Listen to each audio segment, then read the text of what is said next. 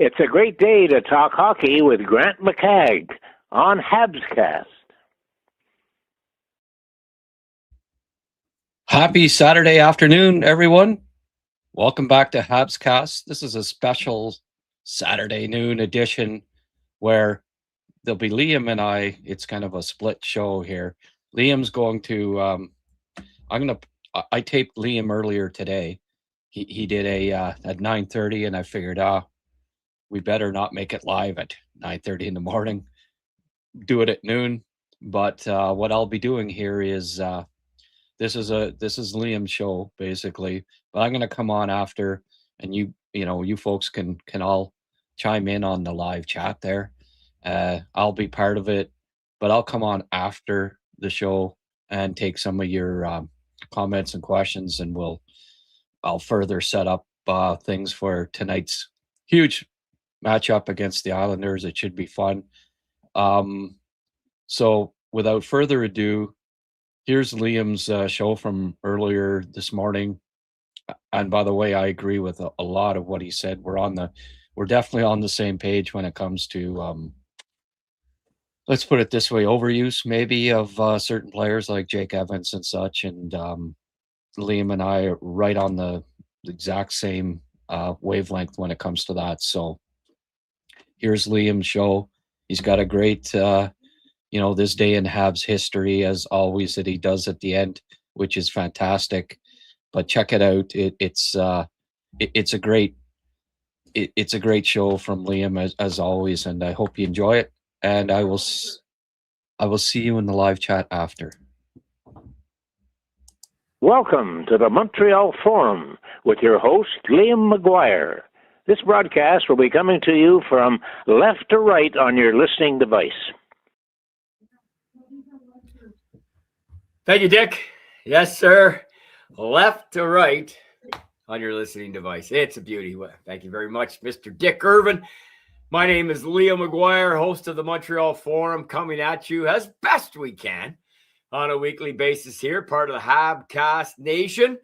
And boy, oh boy, we got to channel our inner strength right now to cheer on the Habs here in these few remaining games after the bit of the slide we're on. But first and foremost, I am brought to you each and every time by my good buddies at Hosey and Brown Automotive. There it is right there. They are celebrating their 50th year in business this June on the 6th, in fact. And that is the exact date they started, June 6, 76. So big party for Hosey and Brown and Rod Brown and all the employees and company and family and friends. And I am unfortunately working in Calabogie that day, but hope to be able to make the big ceremonial party before it shuts down. However, I do thank him very much for his continued sponsorship. Thanks, Grant. Hosey and Brown Auto Parts.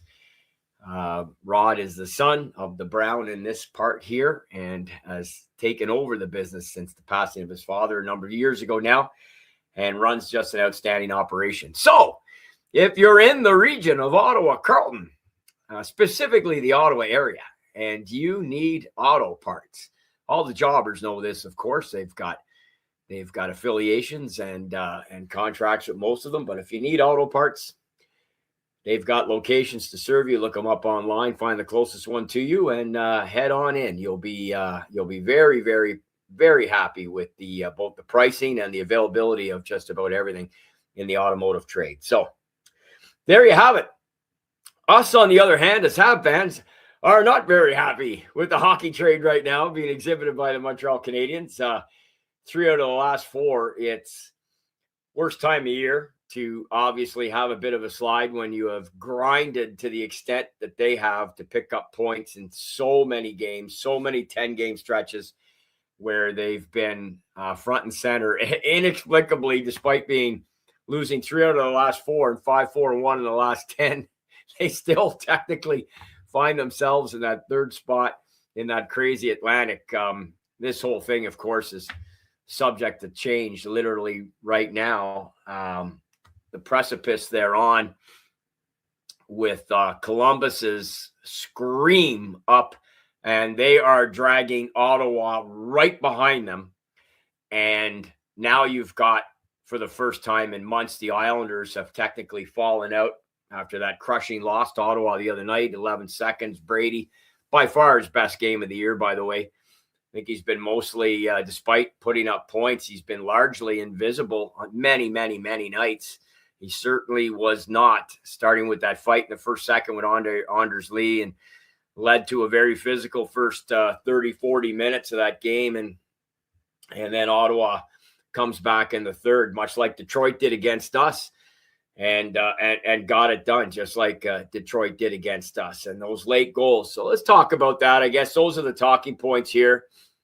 I'm saying this now, but as the rambler that I am, I probably will go longer than I'm anticipating. But I think this will be a relatively short show today, just to kind of keep the continuity going as I strive to hopefully have a guest or two in the next show or two.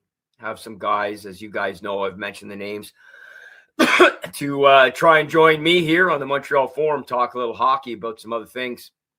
However, that said, the Mike Matheson giveaway, I'm on social media, which in this case here is Twitter. It's the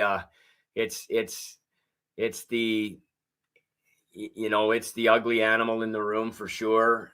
It's where the vocal minority go to exercise their distaste on every single thing in every single part of their days.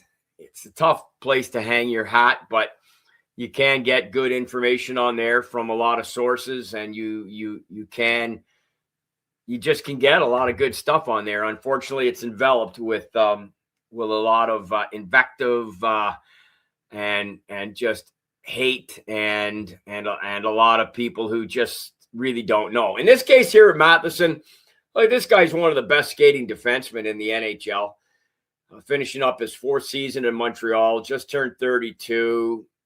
I'm going to say 2024 was an aberration for him points-wise. If you look at his career, it kind of sticks out like a sore thumb, much like Serge Savard's does in 1975. Where did 20 goals come from for Serge? He had one of those years. I think Mike did with 62 points in 24, and maybe it gave us a little bit of a taste of what he could do when he's firing on all 8 cylinders. That's not him, especially taking him off the power play, which, thank God, right? Mike Matheson was a turnover machine on the power play. It was like his stick and the puck and the blue line produced some sort of internal explosion. And pucks would just go through him or by him or around him. And boy, I think I was as frustrated watching him work the point on the power play as I was watching PK Subban carry the puck up the ice when he was in Montreal, especially his last couple of years before the trade to Nashville. So frustrating to watch his MO, and Mike struggled so badly. Hadn't seen that much really, although lately that's crept into his game, and it's combined with a regression in Carrier. And then if one or two of the others aren't really on point in any given game, and that could be Lane. He's had some tough outings despite being an absolutely premier star and superstar in the making. We've had a real solid year from Noah Dobson. I love the trade still, and I love it. Didn't look the best on Detroit's goal, first goal there. It can happen. It happens. It just I think we've had a preponderance of it on the defensive side of our game. That's evident by the goals we give up. And yes, in some instances, that's been goaltending, especially when our run of losses started after our incredibly hot start and Monty kind of fell off the cliff again. I would say goaltending. And then Dobie came in, won his first 6 again or something, then started to slide. Then we had Fowler come up and kick out BBs, and then he lost 4. And yet through all that, we've mostly been able to outscore our mistakes. And in these last 2 games here, or 2 out of the last 3, because we got the win over Boston, thank God. Cole got 40, thank God. Get that monkey off the back with so much narrative and talk going back to Dan Foose and everything. Regardless, he got it done. It was a beautiful goal and just a great win by Montreal. And that Anaheim game should have gone to OT, and that Detroit game should have gone to OT. It's just huge points right now to be given away, which even just a few weeks ago we weren't. So, look, Mike, he'd go back there I don't know how many hundreds of times and would not make that same mistake. I don't care that he didn't take it and go behind the net. You know, we're talking about an NHL defenseman with over 600 goals, was drafted into the first round. He's on his third NHL team, and he's a phenomenal skater. He just did a toe pick. He screwed up. He fell down, went boom. Wrong time, gave it up to the wrong guy, caught Dobie totally by surprise. Obviously, nobody's coming hard on the back check because he's going to pick it up. He's going to make the play. We're a couple minutes out from going to OT, and he screwed up, and they got the winner. We still had time to get the goalie out. Unfortunately, no success there, as we know. Gave up the empty netter. Earlier this year, we had a run there where we were getting the goalie out and scoring a bunch of times. I think we've done it 7 or 8 times this year, if I'm not mistaken, maybe even more. But it's just hasn't been. It's everybody's playing a lot tighter right now. So, look, you're going to sit here and crucify him. I'm not. It was a mistake at an inopportune time. And he and everybody else, they got a bit of a cushion here that is, as we know, is vastly evaporating. His game, every game, even the past ones, they're all massive. And you got to find a way to get some points tonight against the Islanders, who are fighting for their very playoff lives too. And that was a hell of a game against Ottawa. Saw so many bits and pieces of it and highlights, watched a good chunk of it. Watched the Habs too, and you can do that, replays and stuff. And that was a hell of a game. And 11 seconds left is just crushing. That's a killer. And so they get nothing. They drop out of a playoff spot. We're going to see the absolute best they've got tonight. And Montreal just has to be ready to respond. What I would like to see is when you get in, it just seems incomprehensible that we'll have, even when we're playing Nashville or the Rangers or whomever down the road. And that's the other thing, our schedule. Like, oh my God, Jesus. Got Tampa, got Carolina, got Columbus. Like, it's a murderer's row. Back to back next weekend. I mean, it's just a murderer's row. So you got 18 guys here dressing who've got to absolutely dig down deep. Power plays running still okay. Right around 25 points or just under. Penalty kill has been largely abysmal all season. You lose Armia to seem to take the air out of the balloon. Haven't really been able to replace him. And for whatever reason, we haven't found that configuration. The other thing that's alarming to me is our defensive structure and posture seems to have regressed here in the last month as well. And as we've given up points and lost games when we have, it's largely because of that. Case in point, that Anaheim game, and now most recently the Detroit game. And I would just like to see, we get in that 5-minute mark in a tie game, you got to absolutely play defense. You cannot lose that game in regulation with less than 5 minutes to go. You cannot. You can't, especially due to unforced errors. You cannot do that. You've got to get that thing to OT, because Montreal in overtime, 3-on-3, I like our chances. Now, look, if you got an opportunity, you get a late power play. It doesn't really happen to us. And we're one of the most penalized teams in the league, which sucks. But these are all things for down the road. Right now, it would be like a failure to not make it, even though, barring something really unforeseen, to continue in this path we're currently on. Even if we play the next 10 games, 5-4-1, like we have, there's another 11 points. It's going to have us up in mid-90 range, and with still a few games to go. And so we'll be knocking on the playoff door. But it looks right now in the East, it might take 97, maybe even 98 to get in. So it's crazy. And I just think that Montreal needs to absolutely shut her down. in the final 5 minutes of a game, and you have to be so single-mindedly driven to play defense and be not caught up ice, make sure the puck in your own zone, everything to the boards and out. And if you get a late chance, great. If you get a power play, great. If you somehow manage to spring something for an odd man rush, great. Got to figure the other teams are going to largely be doing the same thing. And we've gifted them these games. Like Cutter, Gauthier getting in behind our whole line on that goal with 2 and change to play. It's just crushing. And it just, a little dinky one through Fowler's pads. It happens, man. So I don't know. I mean, just based on the last 7 to 10 days, it doesn't look good because we're on a bit of a slide, and it's the giveaways, and it's uncharacteristic from what we've seen this year. I mean, Dolby throws up a save percentage of .926. We lose. That's the first game this year, I think, that we've lost with a goalie with over 900. I think it may be. If it isn't, it's one of only a few. And he finds a way. He's our starter. There's no doubt about it. I don't blame him one bit on either of those goals. And then the empty netter. So I don't blame him one bit. And he's my starter going forward. So Matheson, just an unfortunate error at the worst time.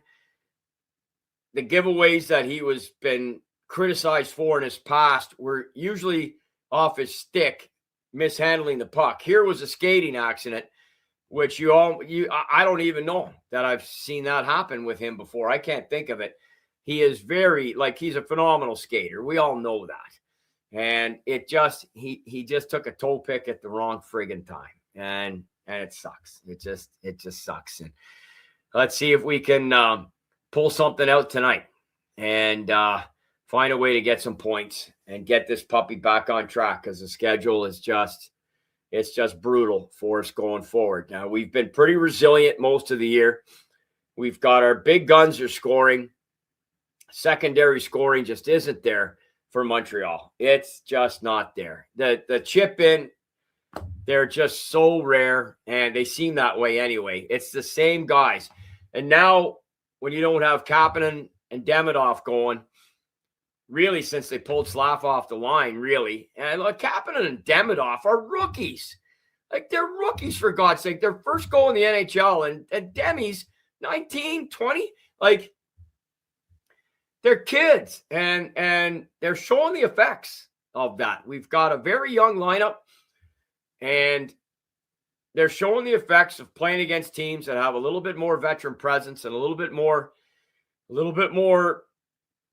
locked in terms of right side of the puck to be. It just becomes structure. Now, you look at the Ottawa Senators, who over the course of the last 2 months, their shot suppression has risen. They're already in the top 10. Now it's risen to number 1 in the NHL. And their structure it's ridiculous. It really is. And yet we've beat them the last 2 times we played them.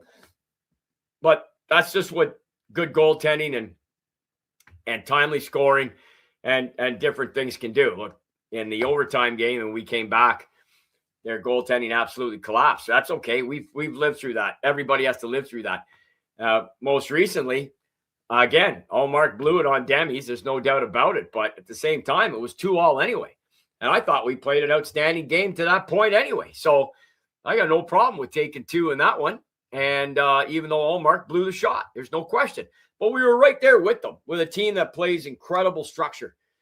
And that's where Montreal, you can't hit this switch and go with so many guys in their first, second, third years. But it has to be stressed. And I hope that's the case. When you look at these late game losses, and Montreal has taken advantage of that. They did earlier in the year against some teams, stole some games for this, doing this exact same thing, or got some games into OT and then won them in OT with late goals. So we've been there on the positive side. Now we're taking it on the other side, and it's the worst time of year because you've got Columbus, who are now in a spot, and Ottawa, who are knocking on the door, and the Islanders, who just got knocked out, and that's who we got tonight. And they always, it's probably Patrick Roy who's got the money on the board tonight. So they're, you're going to get a hell of an effort from them. And we just we got to find a way to match it. So that's it for Matheson and what I think going forward. Jake Evans has become, hey, we turn the clock back a decade. He's like this era's version of David Desharnais. Beloved. He's become beloved by Marty St. Marty loves him. He wants him out there in all situations, it seems. And, I mean, the guy played almost 18 minutes. You can imagine he played 11 minutes more than Demidov in that Detroit game. And I know Demi and Cappy, I know that line is struggling. But, man, oh, man, it's given some of the offense they've provided this year, and we're all doing it. We're all starting to second guess Marty here. And yet we've been in the playoffs here forever. And it's just a little bit of a slide. So it seems to behoove us to step up. And when you look at the anomaly of the ice times Evans is getting, and I'm going, how'd he miss that, right? How'd he miss that 3/4 open net? But to me, missing those chances has become this generation's version of hey, anybody can be traded. Remember when we would say, oh, so-and-so got traded, so-and-so could never be traded. And then we'd go, well, wait a minute, Wayne got traded in his prime, right? August 9th, 1988, Wayne got traded, the biggest trade in terms of who was being dealt in NHL history. That massive trade, all those players, all those draft picks, and all that cash between Edmonton and LA in 1988. Wayne Gretzky got traded. Anybody can be traded. Now, the thing is, we all say, well, Nathan MacKinnon missed an open net in one of the biggest games in the last 10 years in hockey history. So anybody can miss an open net. I mean, if Nathan MacKinnon can, then I guess Jake Evans can. But what the hell is he doing out there playing 18 minutes? I don't know. He was out there, seemed like every second shift in the third period. You're not going to get any offense from him. The thing is, his goals this year, he's going to miss. Like he's played 54 games. He's got 10 goals. He played a full season last year, scored 13. So his goals per game is actually a little bit ahead of last year's pace, which got him the contract. His points are just marginally behind where it is. If he plays out the rest of the season, he's going to be, 15, 16 games short of a full season, which he played last year. So the numbers are skewed. But if you do the points per game or goals per game, he's actually a little bit ahead. But I don't think he's the guy you got to be counting on to generate the offense in these late games.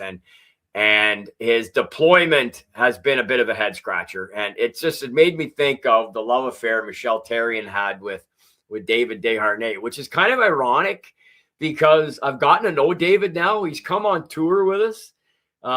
This last year, he came twice, and he came once last year on our celebrity hockey tour with Steve Walton out of New Brunswick. We travel the Maritimes extensively, and then we have gone other parts of Canada, and we've done a couple quick jumps into the States, but primarily we're an Atlantic Canada tour group, and he's been on tour with us a couple times. I mean, he came right out of pro in Switzerland last year. He was 37, 38, and we're playing against the senior team, and he just like he's going through them like a knife through butter. It just goes to show you how good the NHL is. This guy's hovering between a third and fourth liner in Montreal, and definitely no higher than that in Edmonton. And goes overseas, does whatever, and comes back and just walks guys who are playing, or in their 20s and 30s playing senior AA. He just made them look like peewees. It's crazy. But what I've seen out of Marty and Jake here in the last little while is it just reminded me of that. And it's kind of scary, actually, because it's just we're all going to do it, right? We're now just starting to question some of the deployment, and we didn't make any moves at the trade deadline. I don't know what was there. We heard all the rumors about Toronto and whatever it may have been and whatever else may have been on the table. And we know Hage was untouchable. We know Reinbacher is untouchable. And, there's probably one or two others in our system that I think nobody wants to release right now, whether it be for Robert Thomas or anybody else. I mean, I think sometimes you roll the dice and you make those deals, and some teams have and some teams don't. Montreal didn't. I, for one, am okay with that. I don't know what the deals actually were that they were looking at. Nobody does. It's just speculation. But I think the regression of Carrier, and Matheson to a lesser degree, and I'm talking here in the last couple of weeks.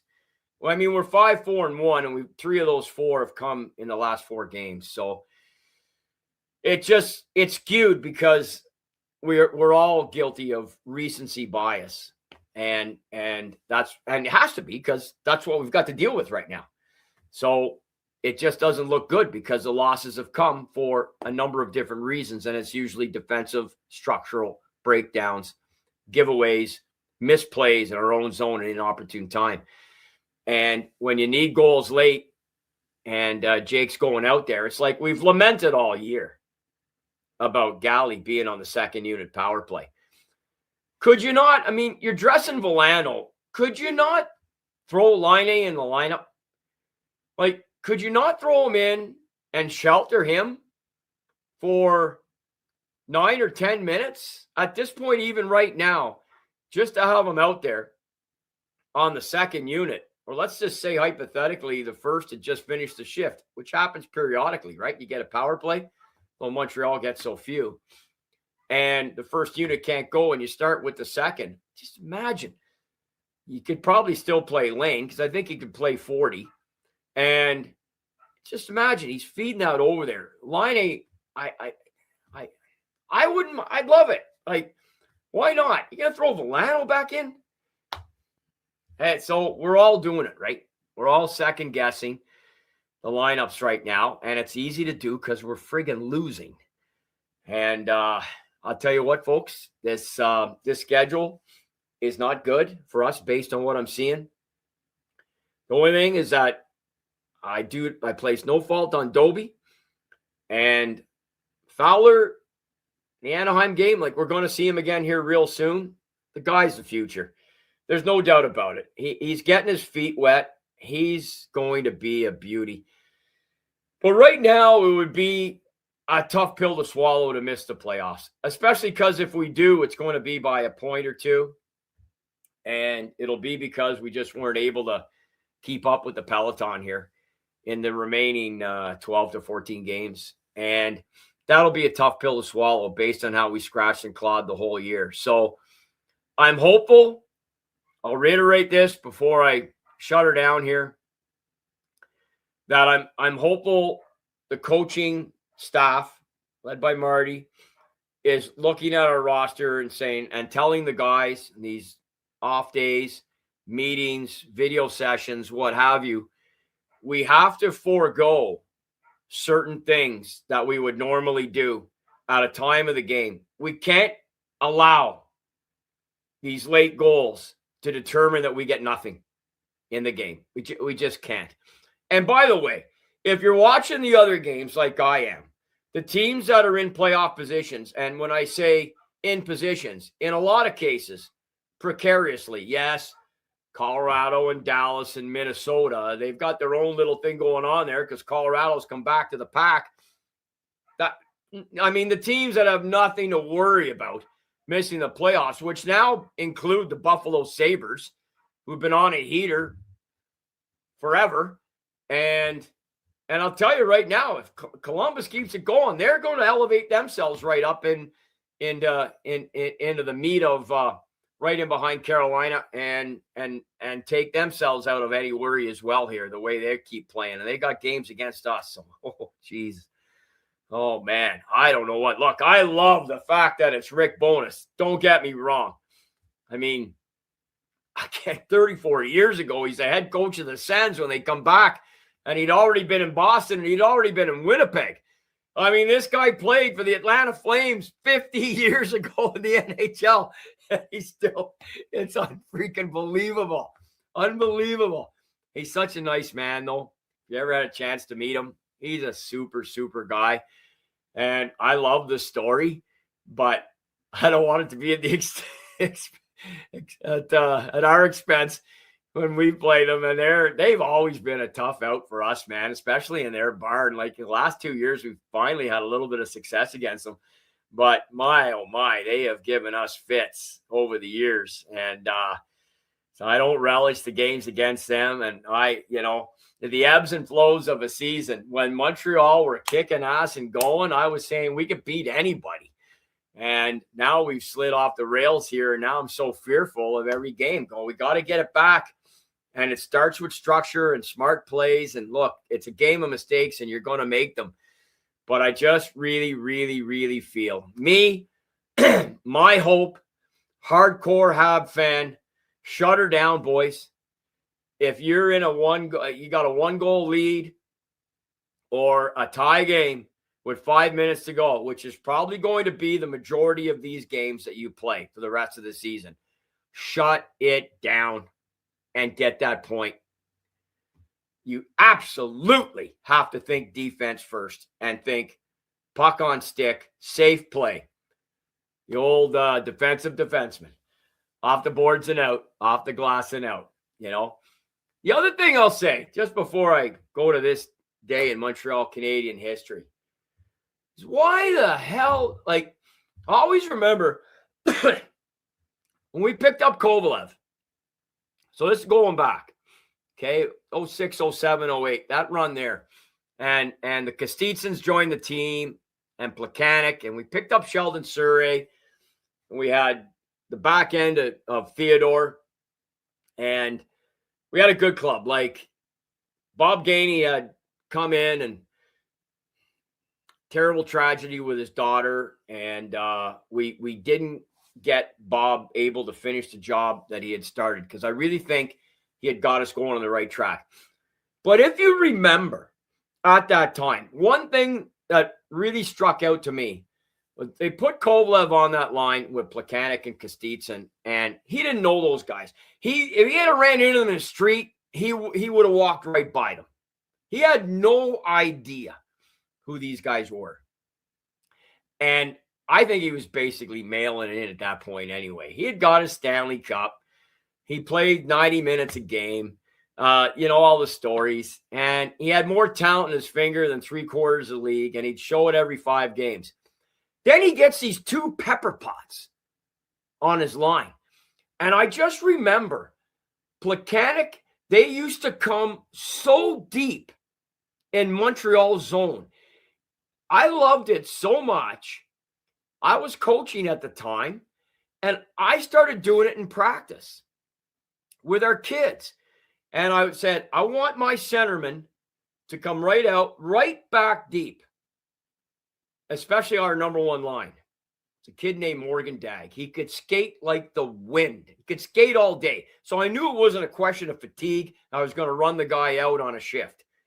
Morg, you come back deep. Let's give our D 2 options, 3 options, because I love the D to D. This is just coaching kids hockey, 1,000, whatever, right? D to D, you got the winger tight to the boards if he's not being checked because of the forechecker, or you got the center. Why don't we have our forwards coming back deeper? Like the D to D and out is a solid play 80% of the time. It's 80% of the time. But if you've got to throw the puck up the boards to a winger that's already got a man close to him or on him, but that's your outlet because you can't find the center because he's either too far up. And I think with no red line, this has kind of led to some of that. But I always remember that, to me, I had not seen that before. I don't remember Montreal's centers in the heyday of the 70s coming back. Even Jacques Lemaire, who turned from an offensive juggernaut in the early 70s into one of the best defensive centers in the game by the late 70s.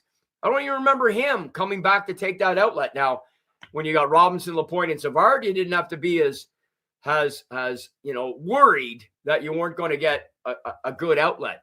And Montreal have a very capable defense when we're firing on all cylinders.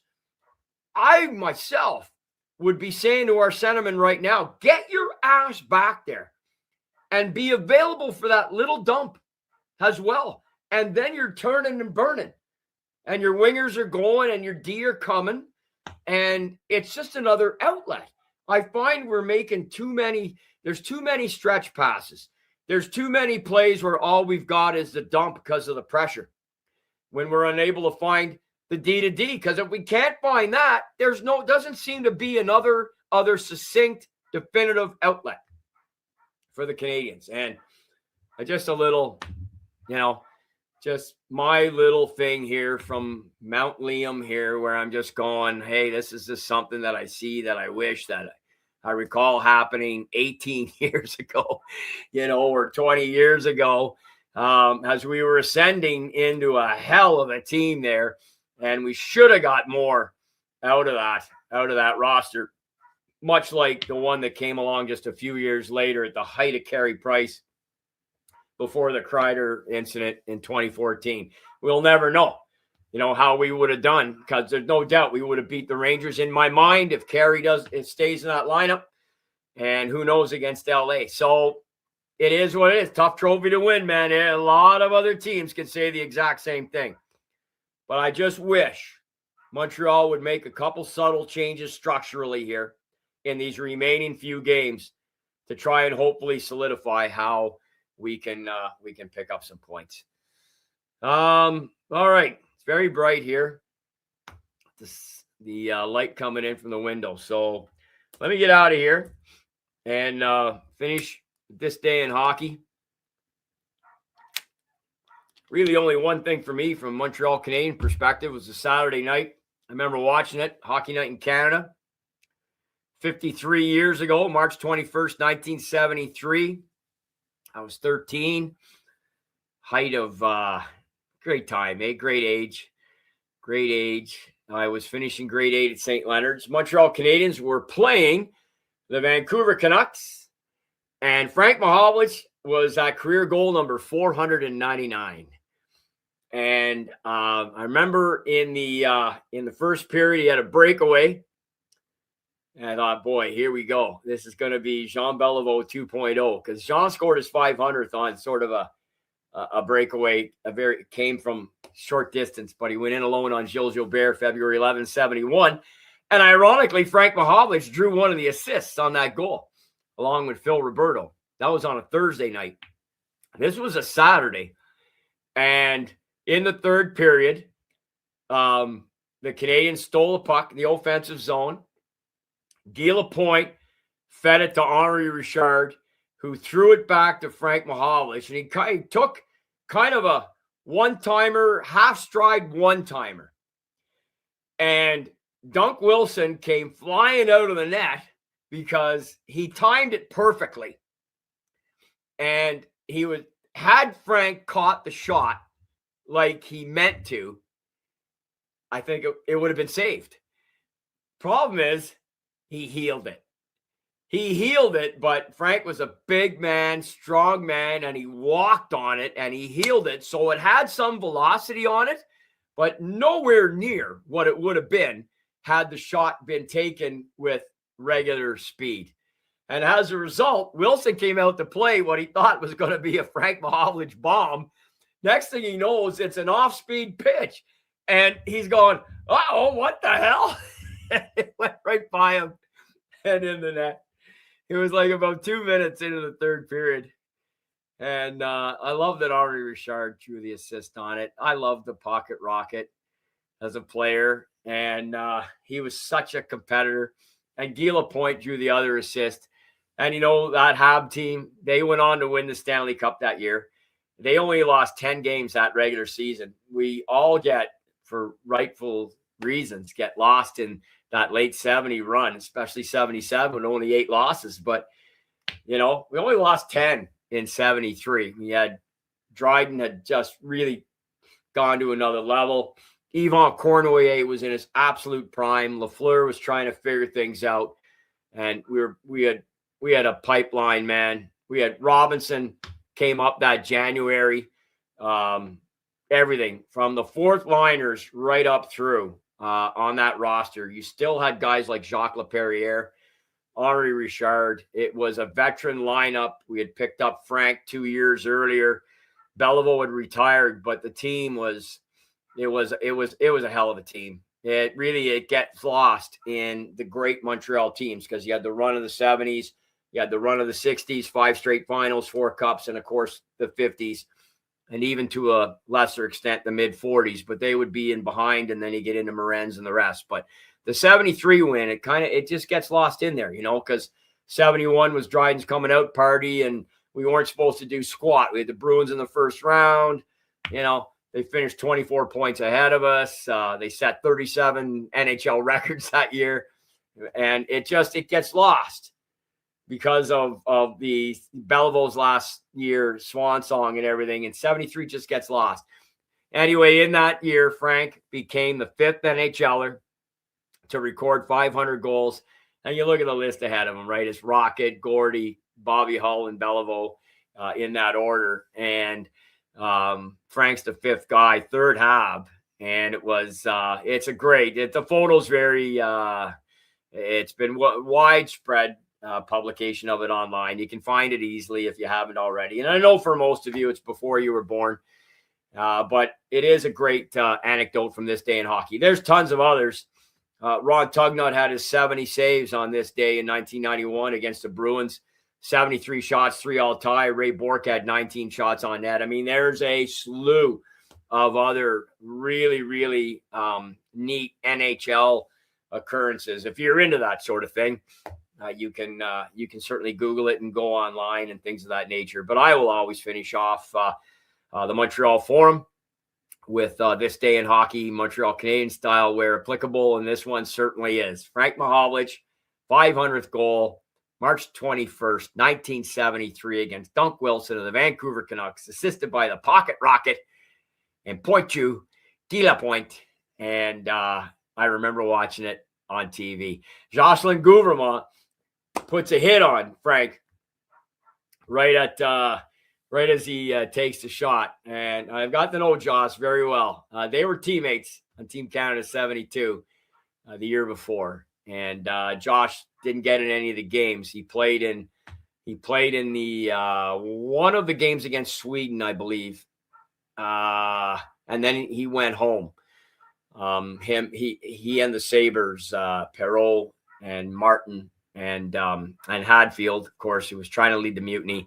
That's a whole other story for another time. There you have it. So that's it for the Montreal Forum. Let's go, boys. Find a way to get a point tonight.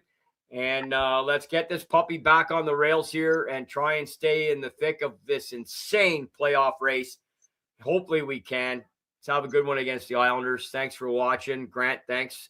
And we'll sign off for now. I'm Liam Maguire. We'll talk to you next week with hopefully one of the boys with me. If not, we'll just do a Montreal Canadian recap as we always do. We'll see you then. G'day.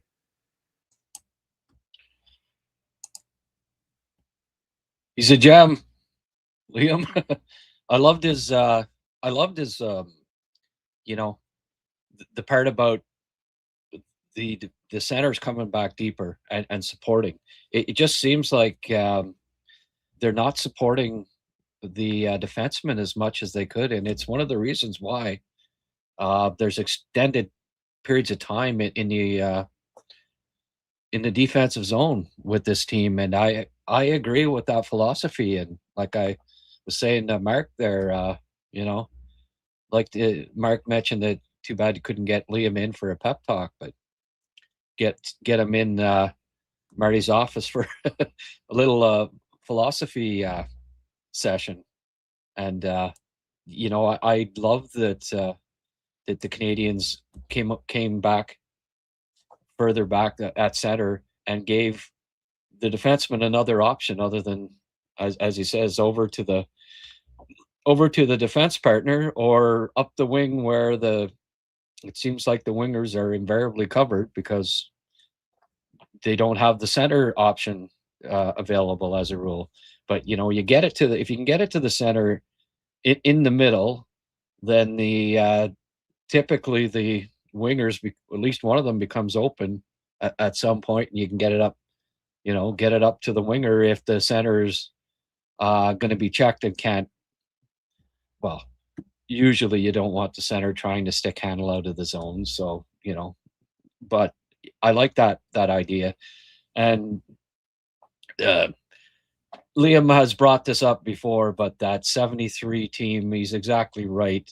They only had 10 losses, and I believe it was an NHL record at the time. 10 losses in a season. It was a terrific team. I mean, Peter Mahovlich and Jacques Lemaire were in their primes. Frank Mahovlich was still a hell of a player.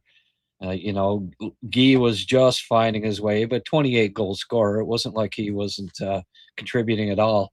And maybe some recall, but Mark Tardif and Régent Houle were still with the club before they migrated to the WHA to play. Eventually both play for the Quebec Nordiques. But I mean, Mark Tardif, I often wondered, like, how big a scorer would he have been with the Canadiens if he had, in his prime years, if he had stayed in Montreal and played with a lot of really great players? I think he'd have been a 40, 50 goal man in the NHL. And imagine if they'd had that as well in the lineup during the, the mid to late 70s. Whew. An already powerful team would have been even more powerful. But, Savard was in his prime. Lapointe that season scored 19 goals, and it was kind of his breakout year. 19 goals, 117 penalty minutes. He was, Guy was at that point becoming an all-round, one of the top defensemen in the league, Henri, but then, Claude Rose was on that team, Roberts, Murray Wilson, Chuck Lefley had a 20-goal season. They had 7 20-goal scorers that year, depth throughout the lineup. As you said, Cournoyer was in his prime, 40 goals in 67 games. What's Cole Caulfield's stats, right? When he scored his 40th goal, wasn't it his 67th game? So kind of, ironic in that sense, right? Basically, but then Ivan in that playoff, he won the Conn Smythe, and I think it was a record at the time, 15 goals in an NHL playoff, and it would be broken 2 or 3 years later by Reggie Leach, and then equaled by Yari Curry when they both scored 19 goals in a playoff year. But obviously Dryden in his prime. Shutt even played. He even played some that year. Had 16 points. He was coming up. Pierre Bouchard. It was Jimmy Roberts, of course. I think he predominantly played defense that year, but just a solid lineup, and a bunch of guys in their prime that went on to be Hall of Famers, right? So I remember that cup win quite clearly. Chicago gave them a good run, but the Canadiens just were too powerful at the end of the day. It was great. Like Mark was saying, can we get Liam in the Habs locker room, inspirational speaker? Yeah, I'd like to get him in the coach's room, tear up Claude's playbook, and yeah. Jocelyn saying the weak link on the Habs team is the D-man. Yeah, I don't know about that, but I'd say weak link right now is down the middle after Suzuki, but Caulfield, Suzuki, Slav, Bolduc. Rick, I went over this about 17 times and I still was confused. Like, So are you saying that they go with one defenseman and 4 forwards on each line, or Demidov? Or like, my brain almost exploded looking at this. I quite anyway. I guess you were suggesting Bolduc on the top line. I would not put a guy with no goals in his last 28 games on the top line. Maybe it's just me, but I'd like a little more production. Somebody that's, I think Veleno even has a goal in his last 28. I get the forecheck or whatever, but I mean, Newhook can forecheck too, right? It's just, you need somebody that can not only forecheck, but then pass it to the right person. I don't know that that's Bolduc. I just don't see much vision in his game. Hi,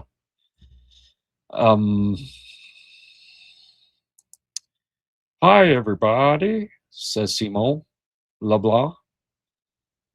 Earlier, I watched the Djurgården game. It was not the best game for Bjork, Lundell, and Eklund. What?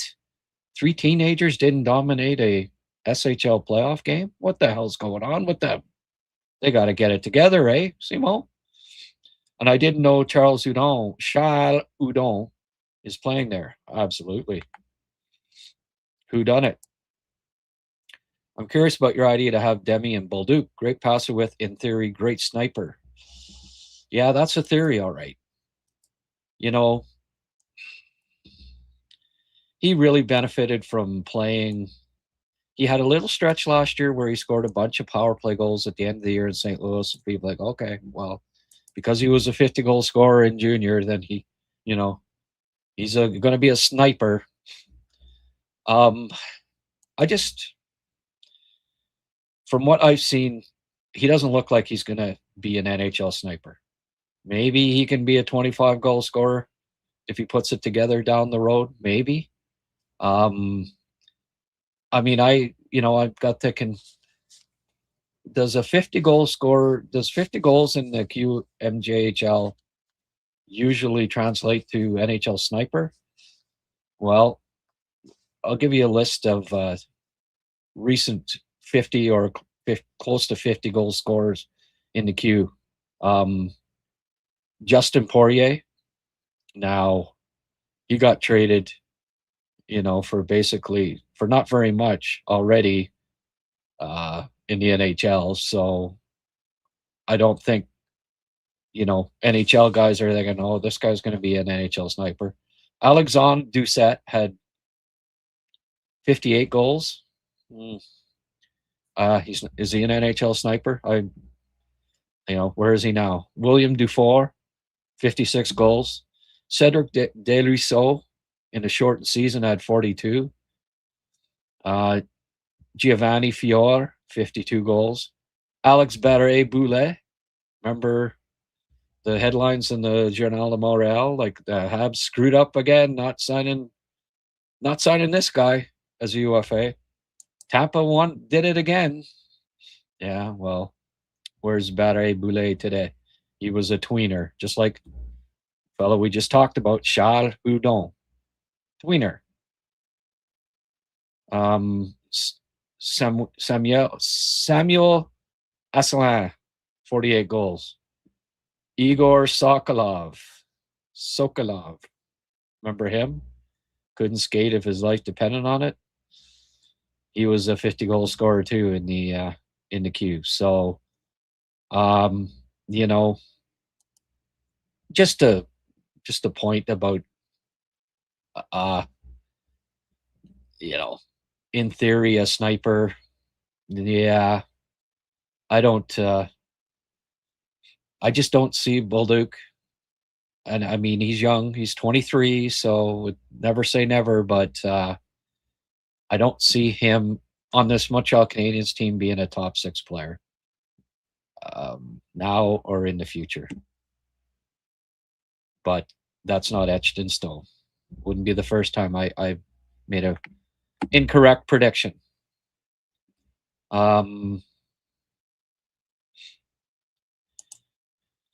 Yeah, MSL talked about the second last game. You just prefer the energy and the time in the ozone by the Evans and Deneau lines. Yeah, the energy of Phil Deneau, like just Mr. Energy and speed. Yeah. Oh, absolutely. I agree they did not do well together earlier in the season. Also, Leduc hasn't scored in 21 games. I think it's 28 or 27. But anyway, there's no perfect solution, but Leduc has been solid on the forecheck.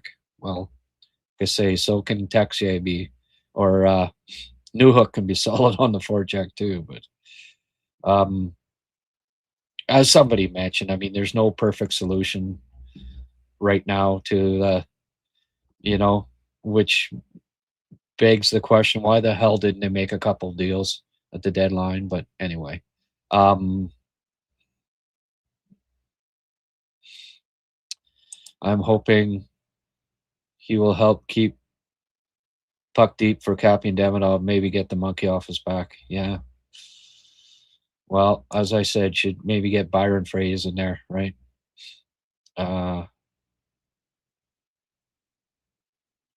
Love Liam's energy. What a fun listen to him. Absolutely. Yeah. I like, talking about Desharnais looking like a star against senior players. Like we had some decent players up in low Quebec when I had a league that I ran up there. And Gino comes and scrimmages, plays with a bunch, and he just like you don't think, well, he's not skilled, eh? He's not a skilled player. Well, against the average senior hockey player, yeah, weave in and outskate them just no problem. It just lets you know why Junior's a good AA player or something like that. Don't be thinking, oh, he's NHL bound, right? Odds are pretty low that he's going to play in the NHL someday. So don't go overboard with your parenting and expectations on Junior or your daughter becoming a Olympian someday.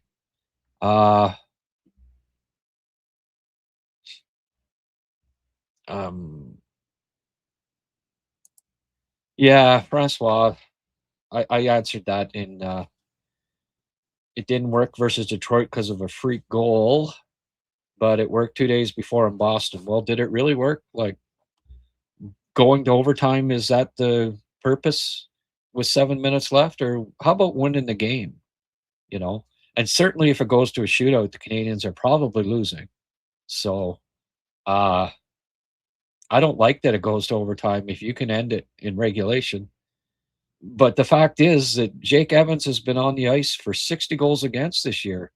So how is it better that Evans is on the ice than Demidov or Kapanen in the last 7 minutes? He's worse defensively and definitely worse offensively. So based on the numbers. So I don't get it.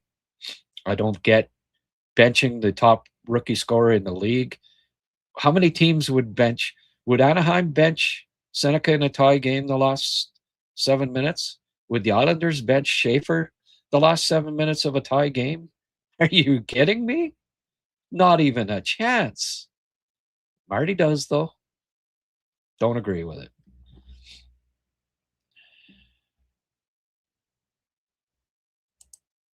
Bottom line, we still need major pieces to be added. I don't think major pieces. It's really not. And Hage could be one of those pieces. They might get basically the piece they need in the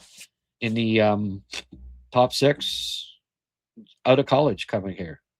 Is that high expectations? Yeah, well, the best player at the World Juniors typically comes into the NHL at the end of the season and he makes an impact. So I don't think that's a reach by any means. Yeah, we're just not there yet, and won't surprise me to not see playoff action. Okay, thank you, Donnie Downer. Appreciate all that.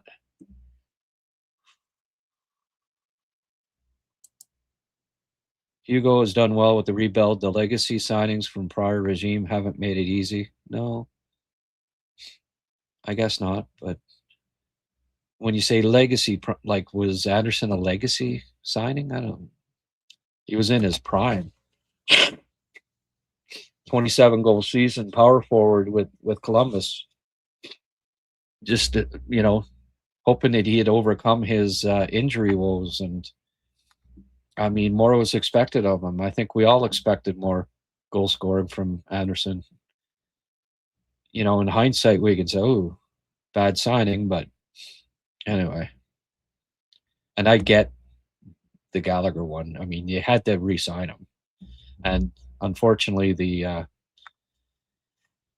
his agent played hardball with it too, right? Knew he had him over.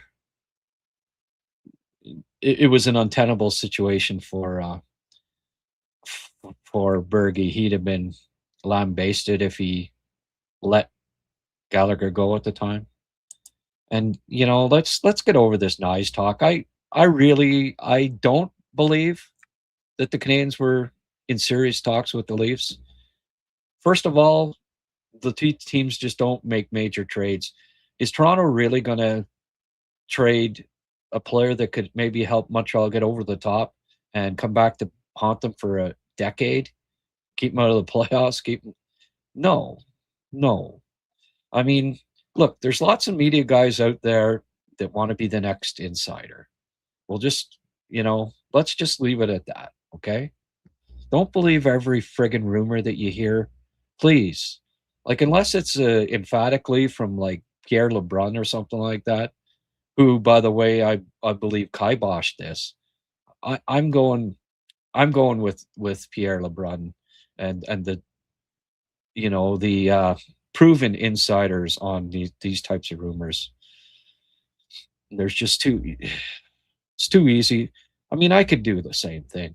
I can say, "Oh, rumor has it this and that," and I could get all sorts of freaking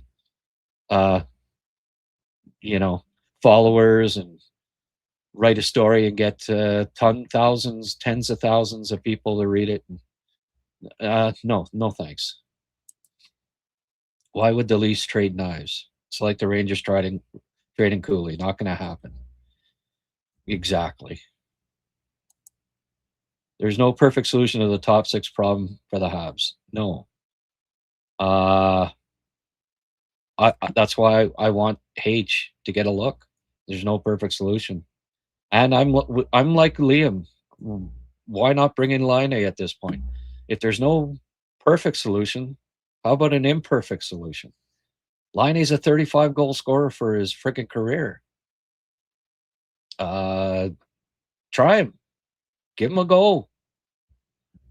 Can he be any worse than, like, less productive than Veleno? No. Can he be worse defensively? Yeah, but he brings a lot more offense, that's for sure.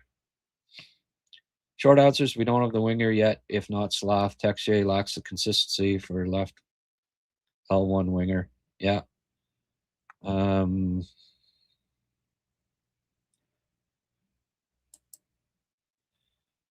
bigger winger like Zurowski. Oh, yeah, big, thick, stout Alex Zurowski in the top six. You know what? Page is bigger. He might be a half-inch shorter, but he's quite a bit bigger. Hage is like 6'2", 6'1.5" at worst, but probably has 25 pounds on him right now. Hage is the solution in the top six as far as I'm concerned. Drop back Newhook to the third line where he should be.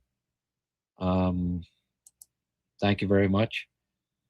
Hopefully Hage provides that, but I doubt Marty plays him on the first line. He knows might not even be in the top six. Well, the way Marty's going right now, it's going to be Evans. He'll be centering the second line soon enough.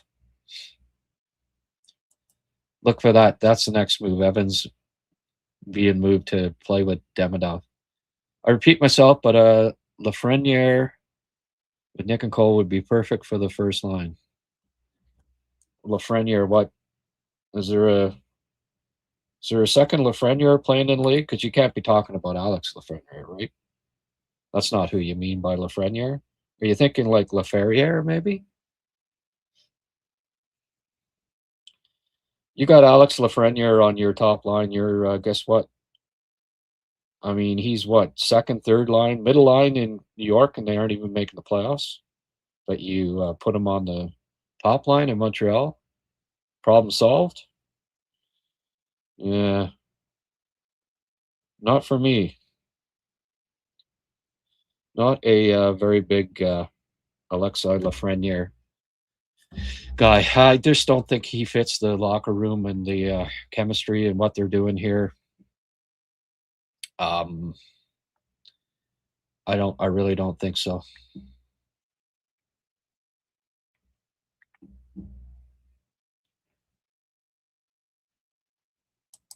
He is tall and will be bigger. Let the kid eat his chicken. Yeah, well, skinny guys often stay fairly skinny, but yeah, he's years away from being ready. Hage is not. Hage is a better prospect at this point. He's got as good as high a ceiling, and his floor, he's on the third floor right now. Jarosky's in the basement, on the basement floor.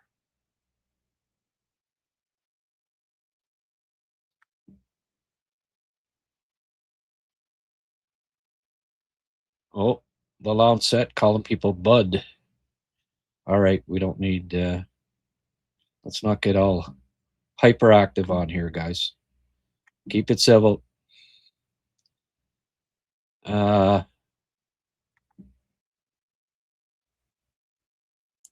Yeah, team record in 76, but before that, the team record was the Habs in 73. So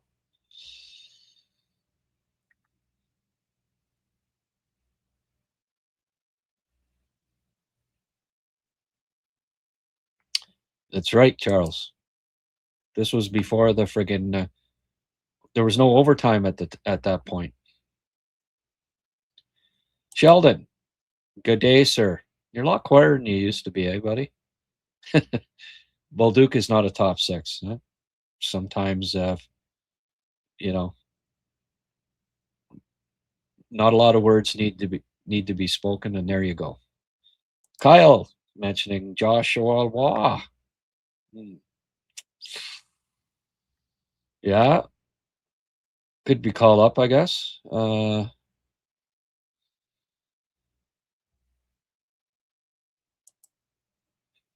Guys, get off of the nice talk. He's not coming to Montreal.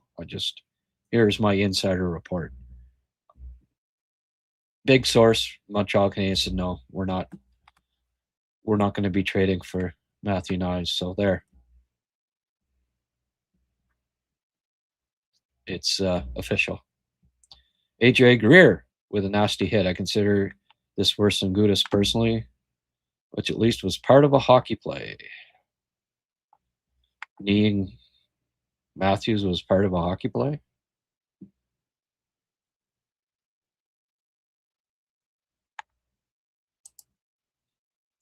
Habs did it in 80 games. It was fortunate my dad had season tickets.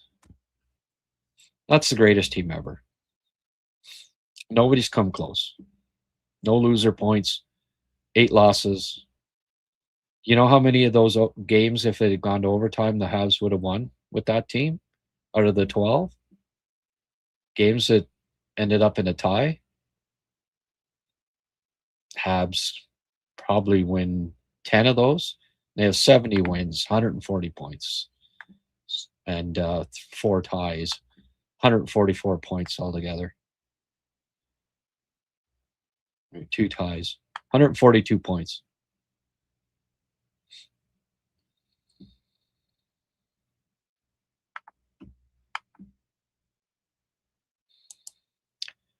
Kenny was pretty young. Oh, good. So you're just a young whippersnapper, right?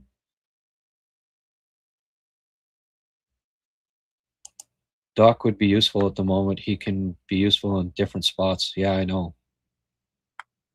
Guess what? Injured again. Watched every game on TV. You had a TV? Wow. Good for you, Sheldon. So did we. Like, it might even have been color. The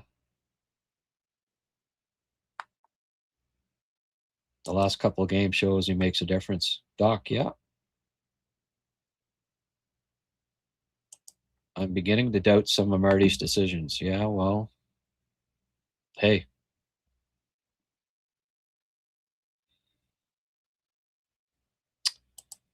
Yeah.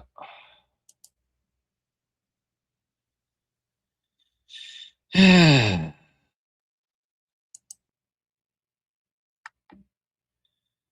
points of season makes it seem rebuild is going well, but a lot of wins on a 3-3 overtime. Yeah, I know. They've been lucky. Like, you talk about losing these points with the late game, but you remember like the Nashville game, scoring in the last 10 seconds and then win it in overtime, and it's gone both ways when it comes to Canes gaining or losing points, right?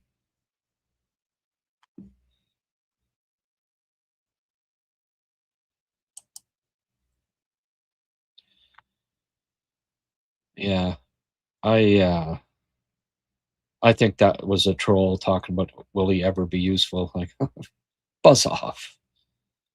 That's somebody trolling. Yeah, he's going to set a record for goals by an Montreal Canadiens center in his rookie year. Will he ever be useful? That's just trolling.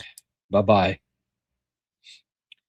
Need to finish the game. Don't play Matheson 28 minutes. His decisions are weird sometimes. Yeah. Gooley's playing 23, 25 minutes a game just about every night now. And he's looked better. I bet Hage will be 205 next year. Yeah, probably. MSL isn't using season stats to choose the players who play late games, based it on the performance of each line. Yeah, okay. Some of Montreal's prospects need extra beef. I got some I can give them. Yeah.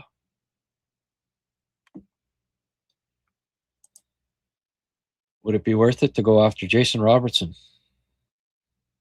Maybe. I think it's worth it just to keep building. The pieces are internal. They're there.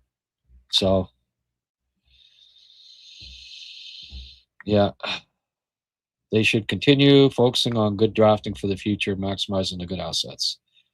Yeah, and Francois fine with Demidov being benched for 7 minutes at the end of the game. Well, fine. You fill your boots, Francois. Other than Rhino and Engstrom, don't see good future defense prospects. Really, eh? Well, Pickford could be a hell of a. He could be a hell of a defense prospect. I think.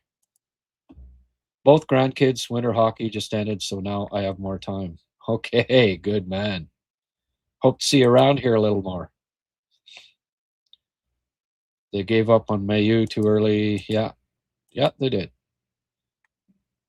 We had a big live chat discussion about that yesterday. Ditch OT, give 3 points for a win, 0 for a loss. I don't agree with ditching OT. I think OT is exciting and good. I would ditch shootouts, absolutely. I would go to 10 minutes OT. And I like the 3 points for a win. 1 for an OT loss, 0 for a regulation loss, and 2 points for an OT win. I think that's the perfect solution. No more of this going to the ROW thing, just points. Points all the way down the line. Teams have more incentive to win regulation. They get 3 points. They have more incentive to win in overtime. They get 2 points. If they don't, well, it's 1 point for a tie, right? 3 point regulation win, 2 points overtime win, 1 point tie if it's still tied at the end. And yeah, 1 point for losing in overtime, or 1 point for tie. Whatever, just figure something out.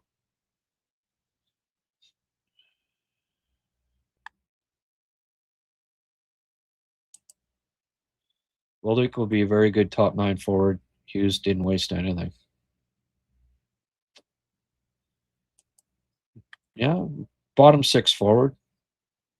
Whether it's third line or fourth line, I don't know if he'll be a third liner, but hopefully he'll be a good one. I think it's hurting Reinbacher more the longer he isn't in the NHL. He's ready. He'll adapt quicker with the younger brain that sponges info better. Well, I hope he gets called up soon, Eric. The troll you talked about always talks trash about Kapanen on French chat. Yeah, well, he's banned. He's just being an asshole. He's not alone. Oh, wow. They get egged on by the French media, too. They don't like Kapanen either. They should focus on developing players by giving more minutes to the second line for better or worse. Yeah. No, I can usually spot a troll pretty quickly, you know. That's your first comment. You come on here, and you know that I've been a defender of Kapanen and that I was right about him playing second line to start the year. So you know that the guy came on. That being his ridiculous first post, you know, he's here to troll and be an asshole. So be an asshole somewhere else. Bye-bye. See you later. Life's too short for assholes. Bogdan is still a good prospect. Yeah, that's the other guy. They've got a few, you know, pretty solid defense prospects. You know, Protz isn't bad. Yeah, it's probably not ever going to go back to 116. Probably, but I would like 1 versus 8 again. I don't agree with Gary. Of course, I don't agree with Gary on a lot of things, but saying that, you know, unlike some others, we've got a sensational first round matchups. Well, guess what? 1-8, 2-7, 3-6, 4-5. You would have sensational first round matchups too. And you know what you'd also have? You'd have more sensational second round matchups, especially. Is that not just as important as first round? I think so.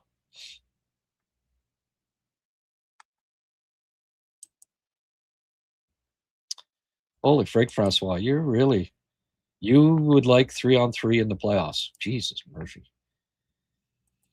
Whew. I wonder if we have defense prospects, Weber style, to compensate our offensive defensemen. I think 3 offensive 1 and 3 defensive are ideal for balance. Yeah. 3 Weber style. You know that Weber is a Hall of Famer, right? Yeah, it'd be nice to have 3 Hall of Famers. Yeah. And 3 offensive future Hall of Famers. I agree. That'd be great. Maybe someday, Jess. A little ways away here yet. Francois, thank you for the $2, my friend. Glad you can contribute even when we're not seeing eye to eye. You mean league-wide? There are possibilities to change how teams can be assessed points.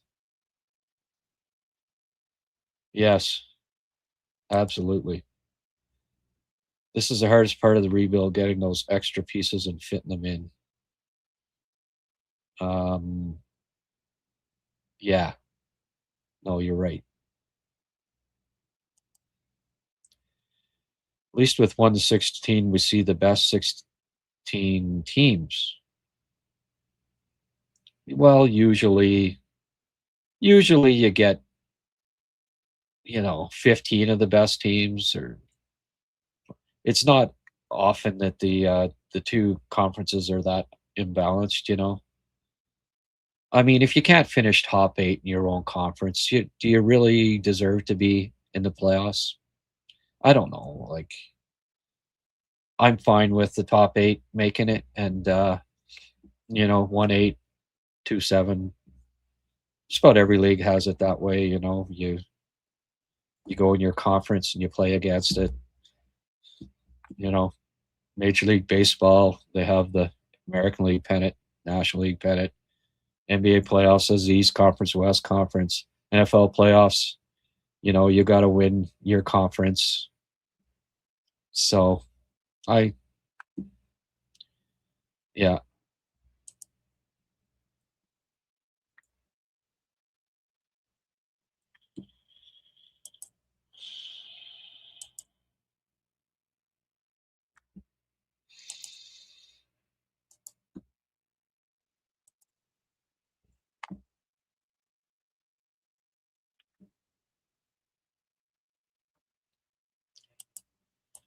One versus 8 when Gary hits the beach. Yes. And hopefully that's soon. Like, what? He's in his 70s now? Any recommendations for movies? What do you mean, Eric? Movies being movies in general, or hockey movies, sports movies? You know what? I haven't been watching a lot of movies lately. And I don't know, like Academy Awards, like vampire movies and people that are fish stuff win the Academy Awards now. Oh.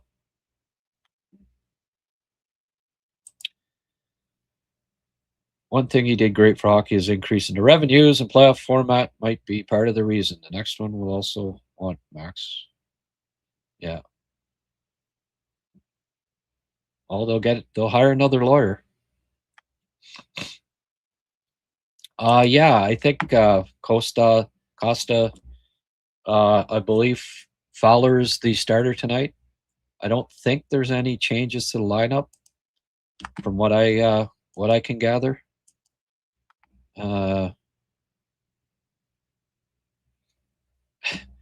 Desharnais, yeah, the love for Desharnais. That oh my goodness. But yeah, and I predicted that. Like, Dovey got 2 straight. Bring in Fowler again. Hey, he's the future. Presumably, you don't want him sitting too long. At worst, every 3 games he gets in. They didn't call him up to sit for a week, right? He needs to play. So, yeah, I would be for sure. I don't mind Fowler being in. They didn't play a horrible game last game, so people say no changes means they want to lose. I don't know about that. Just it was a couple of bad breaks, really. The Canadiens played one of their more sound defensive games overall last game. I just hope that they jig up the lines a little bit, but it doesn't look like it. I would get Kapanen back at center. He's better at center. Like, one of the reasons why he has no points in 6 games, well, because they got him on the friggin' wing, and we saw last year. He didn't get any points playing on the wing with Montreal because he's better at center. Play him at center. He's been great all year at center, or well, good anyway. He needs to be center, not Alex Newhook, center in the second line. I'm sorry. 40% face-off man for his career. Not a puck distributor, just wrong. He's the wrong guy center in your second line, in my opinion. All right. Well, I've got to go. It's actually nice out, and I got to take my dog out. We're going to go for a ski. We haven't done it for a while. Seems like podcasts always get in the way, or weather, or no excuse. This after we're going to go do it. So, yeah, Dobie could be the starter next year. He's a starter now. So, all right, folks. Appreciate you all tuning in this afternoon. Thanks, Francois, for the toonie. Appreciate it. Disagree with you on a couple things today, but that's par for the course. We both have a lot of opinions, so they aren't always going to align, right? Thanks for the podcast. We'll try to catch the post game if I don't fall asleep. Get a nap in there. After you're done your sheep herding there, Charles, go have yourself a good nap, okay, buddy?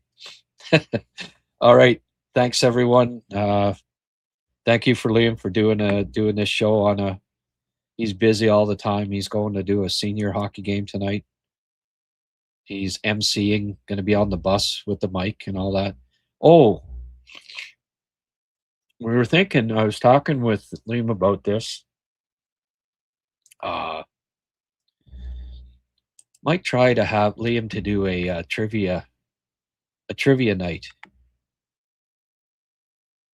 or like a trivia podcast. People come on, they ask questions, try to stump Liam, NHL questions, and we'll figure out some kind of a prize, or you get a draw. If you stump them, you're in the draw to win a prize, or I don't know what it'd be, but we'll figure something out. But I think it might be fun.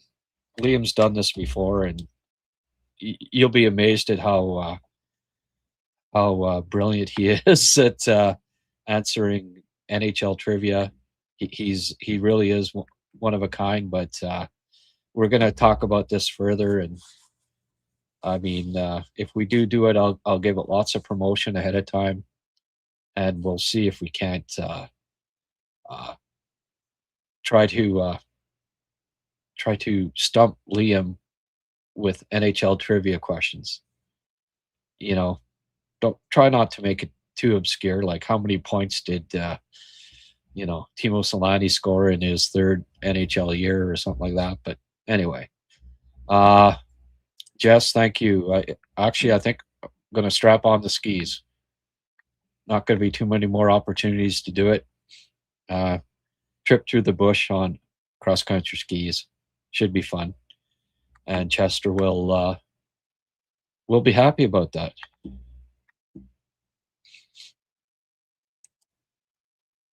Drum dude, sorry to hear that, buddy. Nasty car accident, been up and down ever since. Missed a lot of podcasts, unfortunately. Oh boy, I hope you're doing okay, man. Sorry to hear that. Reminds me too, still haven't heard from Germain in well over a month. I hope he pops his head back in here soon again. And hey, all the best in your recovery, drum dude. Sorry to hear that you were in an accident, and get well soon, my friend. And everybody, see you tonight after the game, I hope. I'll have a Molson Canadian ready to crack after a Habs win. Thank you for tuning in. We'll see you tonight after the game, okay? All right, have a pleasant afternoon. Bye for now.